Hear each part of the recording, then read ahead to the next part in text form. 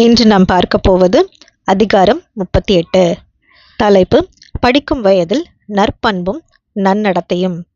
குழந்தையின் தன்மையை விட்டுவிட அவசரப்படுத்தாதீர்கள். குழந்தை பருவத்தை விட்டு விரைவாக வெளியேறும்படி பெற்றோர் பிள்ளைகளை அவசரப்படுத்தக்கூடாது. உன்னதமான உயரிய நோக்கங்களை அவர்களது மனங்களில் புகுத்துமாறு பாடங்கள் கொடுக்கப்படட்டும். பிள்ளைகளாகவே அவர்கள் இருக்கட்டும். குழந்தைகளுக்குரிய எளிமையுடனும் நேர்மையுடனும் இலகிய தன்மையுடனும் அவர்கள் வளரட்டும். தேவ ராஜ்யத்திற்குள்ளாக செல்வதற்கு இது அவர்கள் ஆயத்தப்படுத்தும். ஒவ்வொரு பருவத்திற்கேற்ற ஒரு அழகு. வளரும் செடிகள் வளர்ச்சியின் வெவ்வேறு பருவங்களில் வெவ்வேறு வகையில் அழகை வெளிப்படுத்தும். அதை போலவே பிள்ளைகளும் அவரவருடைய பருவத்திற்குரிய இயல்புகளுடன் அழகாக வளரும்படி வழிநடத்தப்பட வேண்டும். இயற்கையின் வளர்ச்சி கூறுகளுக்கு இது ஒத்ததாக இருக்கும். கிறிஸ்துவனுடைய மிகவும் அழகான ஊமையாக விதையின் ஊமை இருக்கிறது. ஆழமான சத்தியத்தை கொண்டுள்ளதாகவும் உள்ளது. இவ்வுவமையின் சத்தியங்களை தனது வாழ்க்கையில் இயேசு கை கொண்டார். சரீரத்திலும் ஆவிக்குரிய வாழ்க்கையிலும் தேவன் அமைத்திருந்த இயற்கையான முறைமையின்படியே அவரும் குழந்தை பருவத்திலிருந்து மனிதனாக வளர்ந்தார். செடியானது இயற்கையில் எந்த விதமாக வளர்கின்றதோ அவ்வண்ணமே அவரது வளர்ச்சியும் இருந்தது. இதையே எல்லா வாலிபர்களும் செய்ய அவர் விரும்புகிறார். பரலோகத்தின் தேவன் மகிமையின் ராஜா பெத்லஹேமில் ஒரு சாதாரண குழந்தையைப் போலவே இருந்தார். அந்த பருவத்திலும் உதவியற்ற குழந்தையாக தன் தாயின் பராமரிப்பிற்கு தன்னை ஒப்பு கொடுத்தார். பிள்ளையின் பருவத்தை எட்டிய பொழுதும் கீழ்ப்படியும் ஒரு மகனின் கிரியைகளை செய்தார். ஒரு பிள்ளையின் ஞானத்துடன் பேசினார், நடந்து கொண்டார். பெரிய மனிதனைப் போல் நடக்கவில்லை. பெற்றோர்களை கனப்படுத்தினார். அவர்களது விருப்பங்களை நிறைவேற்றி அவர்களுக்கு உதவினார். ஒரு பிள்ளையின் திறனுடனே செயல்பட்டார். ஆயினும் அவரது வளர்ச்சியின் ஒவ்வொரு பருவத்திலும் பரிபூர்ணமானவராக இருந்தார். பாவமில்லாத ஒரு வாழ்வை எளிமையுடனும் இயற்கையான அழகுடனும் வாழ்ந்தார். அவரது வாலிப பருவத்தை குறித்து வேதம் சொல்லுகிறது. இயேசுவானவர் ஞானத்திலும் வளர்த்தியிலும் தேவ கிருபையிலும் மனுஷ தயவிலும் அதிகமாய் விருத்தியடைந்தார். லூக்கா 2:52. ஒரே குடும்பத்தில் பல்வேறு பண்புகள். ஒரே குடும்பத்தில் வெவ்வேறான பண்பு நலன்களும் குணாதிசயங்களும் காணப்படும். பல்வேறு வகையான குணலட்சணங்களை உடையோர் ஒன்றாக தொடர்பு கொண்டு வாழுவது தேவ முறையாக இருக்கிறது. குடும்பத்தின் ஒவ்வொரு அங்கத்தினரும் மற்றவரது உணர்வுகளையும் உரிமைகளையும் மதிக்க வேண்டும். பொறுமையையும் மற்றவர்களின் மீது அக்கறை கொள்ளும் பண்பையும் இது வளர்க்கும். வேற்றுமைகள் மென்மையாக்கப்படும். குணத்தின் கூர்மையான ஓரங்கள் சரி செய்யப்பட்டு லகுவானதாக மாறும். ஒற்றுமை நிலவ வேண்டும். பல குணங்கள் ஒன்றிணைவது ஒவ்வொரு தனிநபருக்கும் பெரிய நன்மையை தரும். ஒவ்வொருவரது தனித்துவ சிந்தையும் பண்பும். பிறக்கும் ஒவ்வொரு குழந்தையும் பெற்றோரின் பொறுப்பை கூட்டுகிறது. பிள்ளைகளின் நடத்தையும் பண்பு நலன்களும் சுபாவங்களும் ஆழமாக கவனிக்கப்பட வேண்டும். சரியான கோட்பாடுகளை பெற்றோர்கள் அடிப்படையாக கொண்டு தவறான சுபாவங்களை தகர்த்து நன்மையானவர்களை பிள்ளைகளிடம் ஊக்கப்படுத்த வேண்டும். இதை தெளிவாக பகுத்தறிய பெற்றோர்கள் முதலில் பாடங்களை கற்று ஒரு கல்வியை பெற வேண்டும். வன்முறையும் முரட்டுத்தனமும் இவ்வேலைக்குள் கொண்டு வரப்படக்கூடாது. சுய கட்டுப்பாட்டை பெற்றோர்கள் வளர்த்து கொண்டு பிள்ளைகளின் இதயங்களிலும் மனங்களிலும் இதை பதிய வைக்க வேண்டும். மனித மனங்களை கையாளும் வேலை சிறப்பானது. எல்லா பிள்ளைகளையும் ஒரே விதத்தில் நாம் கையாண்டு விட முடியாது. ஒரு குழந்தையின் மீது விதிக்கப்பட வேண்டிய கட்டுப்பாடு இன்னொரு பிள்ளையின் ஜீவனையே நொறுக்குவதாக இருக்கும். பலவீனமான கூறுகளை பலப்படுத்துங்கள். தவறுகளை ஒடுக்குங்கள். சமநிலையான மனதை வெகு சிலரே பெற்றிருக்கின்றனர். இதற்கு காரணம் அவர்களுடைய பெற்றோர்கள். தங்கள் கடமைகளை பெற்றோர்கள் அசட்டை செய்கிறார்கள். இது துன்மார்க்கமானது.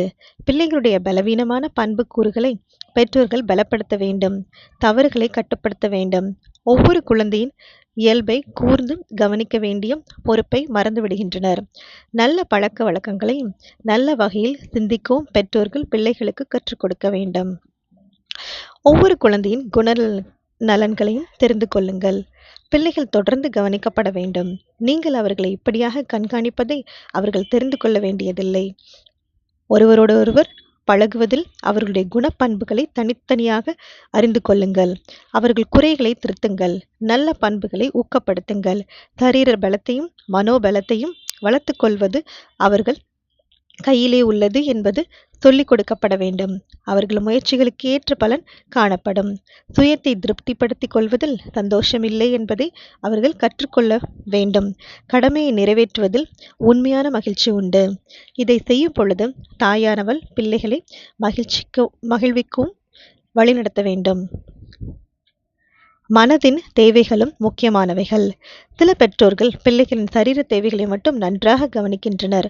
நோய்வாய்ப்படும் சமயங்களில் பிள்ளைகளை அன்புடனும் கரிசனையுடன் கவனித்துக் கொள்கின்றனர்.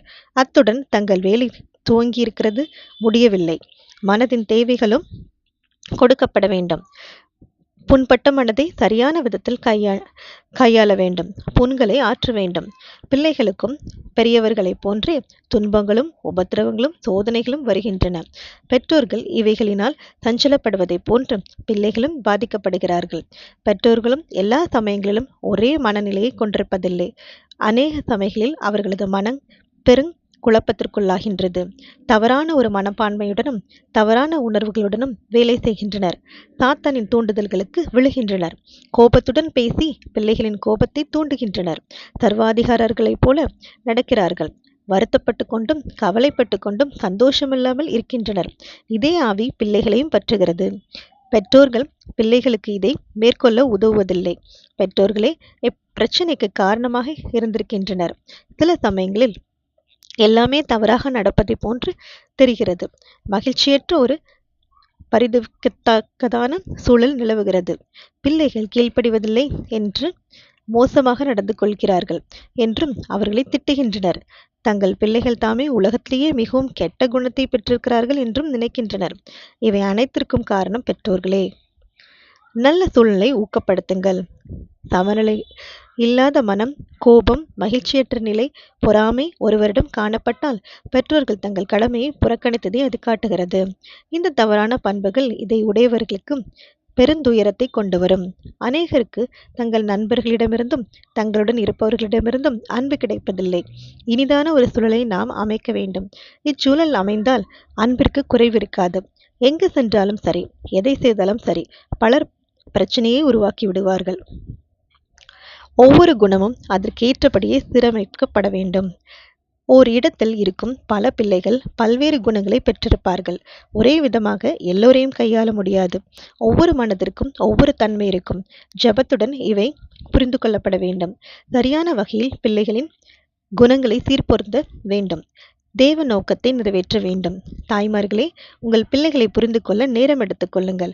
அவர்களது பண்புகளையும் இயல்புகளையும் படியுங்கள். இதை நீங்கள் செய்தால் மட்டுமே அவர்களது சரியாக கையாள முடியும். சில பிள்ளைகளுக்கு அதிக கவனம் தேவைப்படும். கெட்ட பிள்ளைகளையும் கையாளுதல். சில பிள்ளைகளை அதிக பொறுமையுடன் கையாள வேண்டியிருக்கும். அதிக அன்பும் கரிசனையும் காட்டப்பட வேண்டியதாகவும் இருக்கும். தவறான குணப்பண்புகளை இவர்கள் சுதந்திரித்து கொண்டுள்ளார்கள். இவர்களை கையாள அதிகம் தயவும் கரிசனையும் தேவை. தொடர்ந்து முயற்சி செய்தால் இவர்களும் தேவனின் வேலையை செய்ய ஆயத்தப்படுத்தப்பட முடியும். அவர்களிடம் இருக்கும் வல்லமைகள் சீராக வளர்க்கப்பட்டால் எதிர்பார்த்திராத வகையிலும் சிறப்பாக பணியாற்றுவார்கள். அதிகமான எதிர்பார்ப்போடு வளர்க்கப்படும் நல்ல பிள்ளைகளை விட இவர்கள் மேன்மையானவர்களாக திகழ்வார்கள். வினோதமான சுபாவங்களை உங்கள் பிள்ளைகள் பெற்றிருந்தால் மனம் சோராதீர்கள். பிள்ளைகளையும் சோர்வுக்குள்ளாக தள்ளாதீர்கள். நீடிய பொறுமையும் தயவையும் காண்பியுங்கள். அன்பான வார்த்தைகளாலும் செயல்களாலும் அவர்களை பலப்படுத்துங்கள். குறைபாடுகளை மேற்கொள்ள வையுங்கள்.